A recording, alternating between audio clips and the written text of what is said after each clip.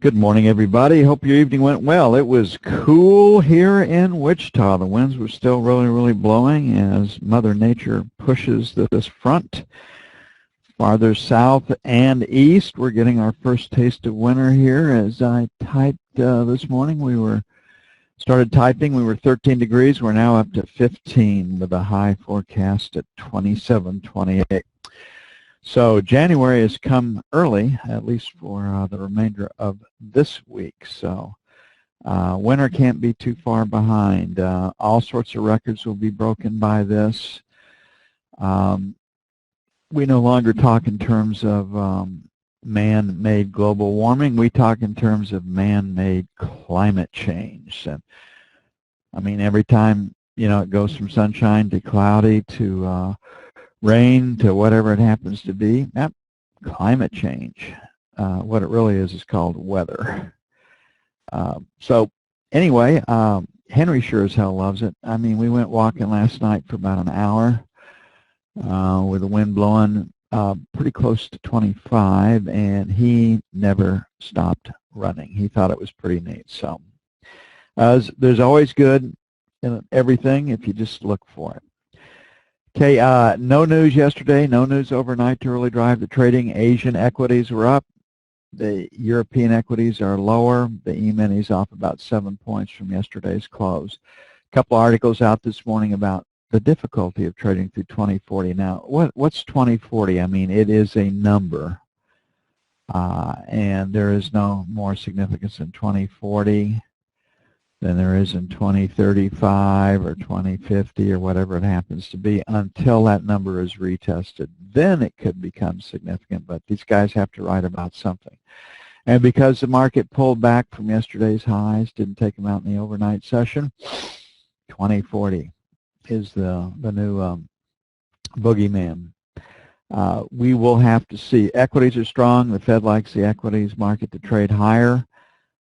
Someday they won't be able to force it and keep it going higher, but for right now, the Fed and every other central bank around the globe are making sure that the stock markets are sideways to higher, and that's the environment we face. Weakness in the E-mini off 7 points has taken the financials up. The financials found their lows yesterday, and that's not too surprising. The pattern for auctions is usually this year has been 3 higher auctions. So yesterday's auction took place at, Monday's auction took place at 12. Today's, we're currently trading at 15.5. My guess is that today's auction will take place at a higher price. So like the long side of the market, London's rotation down was at 8.5. The last rotation down, we've got a low at 3.5, and right now we've got resistance at 16, 17, and that's holding. Got these single prints up here at 18 to 20, so we're going to make sell 1 19 to 23, sell 2 27 to 31. On the buy side, pretty aggressive, but it's where the market is. We got the breakout from 11 from yesterday's highs. We've got the London low at 8.5, so we're going to make our first buy 9 to 13. And then our second buy 1 to 5. Like the long side today because the Fed has to move paper, and it's hard to do with prices headed lower. Now, because it's auction and they can't move the paper without prices moving back and forth, we should have some opportunities to buy into weakness today. If the E-mini rallies, we don't like the long side of the market as much as we did because of the 10-year auction and the E-mini being lower. So I think the E-mini's direction is going to influence a lot of market's directions this morning given the lack of news. Okay, the knob spread's at 15. It widened overnight. It did widen yesterday, probably because they have to support the 30-year and 10-year auctions this week. It's hard to do if the market is headed lower. London's last rotate down was 41.01. We had The last rotate down in Q period, it was at 8. We're at 13 right now, so I'll make 5 to 9 buy 1, playing for a little extra volatility here. And then 01 to 29 for buy 2. On the sell side, 19 to 23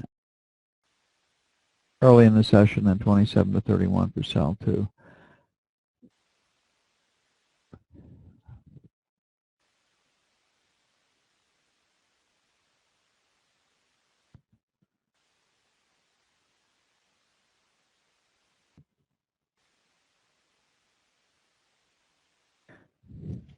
Okay, gold hit our parameters last night. Didn't move all that much. I think longer term gold remains a sell. At some point that may change, but right now the central banks are doing a pretty good job of keeping large institutional buyers out of the cash or physical market. Yesterday we left the market wanting to sell the 70, 72 area. The high was 68. We like the sell side better. Our first buy was 63, 65, and then 58 to 60. So our number 2 buy zone has held up. We've got a V pattern. It still looks lower. So we'll make sell 1, 65, 67. Sell 2, 70 to 72. Picking up this area over here and that high volume number right there. On the buy side, 58 to 60 is buy 1. And then our 53, 55 will be buy 2. If there was a place to get long, it would be playing for volume at 55 to hold and volume at 72 to hold. Kind of build and fill in between that. Low volume number in this array is at 57.10. Come down, hit 57, start back up. That gives us our buy 1 area.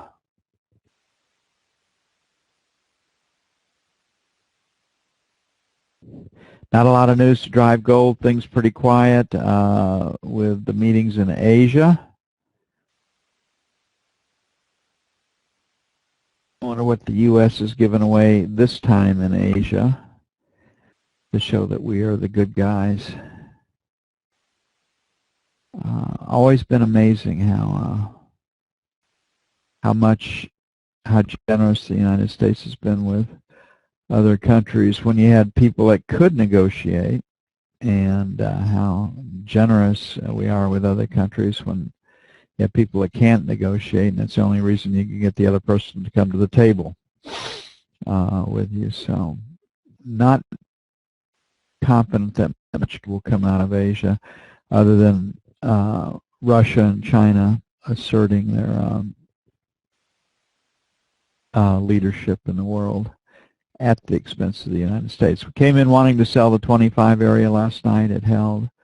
Our buy area was well below the mark. It was 65 to 75, blew through that, then 40 to 50, and so we have a low in the 33. So again, pretty easy to see where resistance is. Our trade of choice is to find a place to get short. Getting short in the 25 area is fabulous. It is a very, very round number. 125, 120, 130, 135. So that number in and of itself will bring in opposite activity. Last rotate down stopped at 55. We're at 65 right now. I do not like the buy side, but 40 to 50 will be buy 1. I'm not afraid of buying it. I just think the better trade comes from being short. So when we initiate trades, we're much more aggressive on the sell side than we are on the buy side. 75 to 85, sell 1. And then 95 to 25.05, sell 2. I really think if this market is going to sell, we're going to have a hard time taking out this 75-80 area.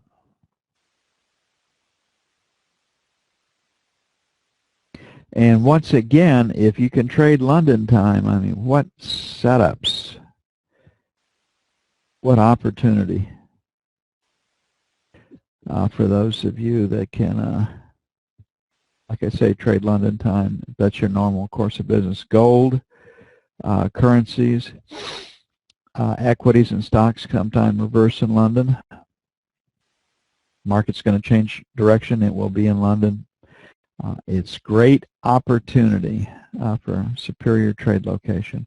Markets move a little slower usually, unless there's a new announcement, but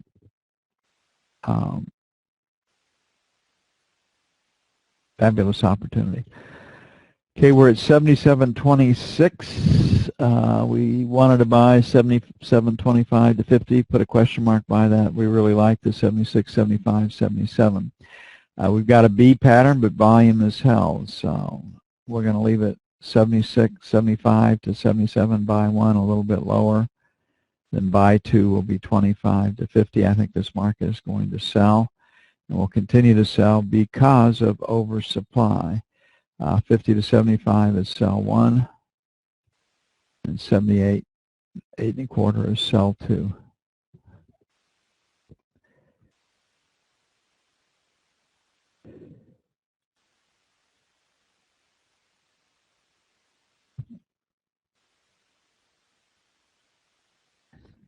Basically a 77 minus, 78 plus with a bias to the downside.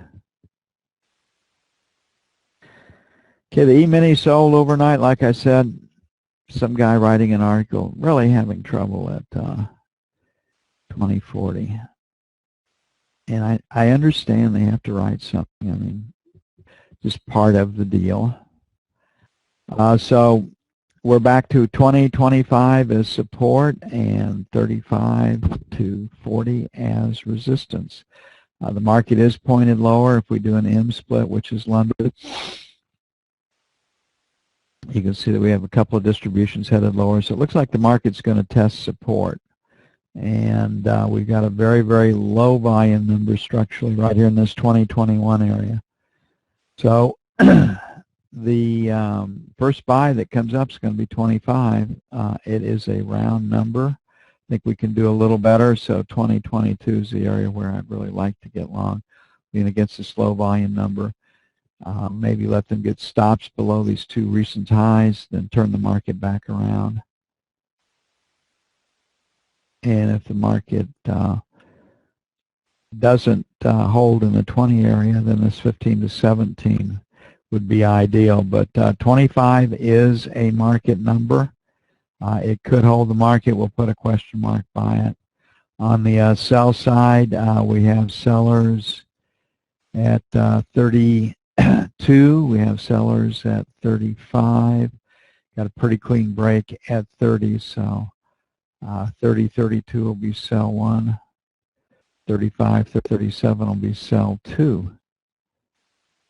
And we'll play with the idea that the market is going to head lower with Europe for a bit until support is tested. Resistance has been tested and held. Now they should test support, and I'm guessing pretty good support between 20 and 25.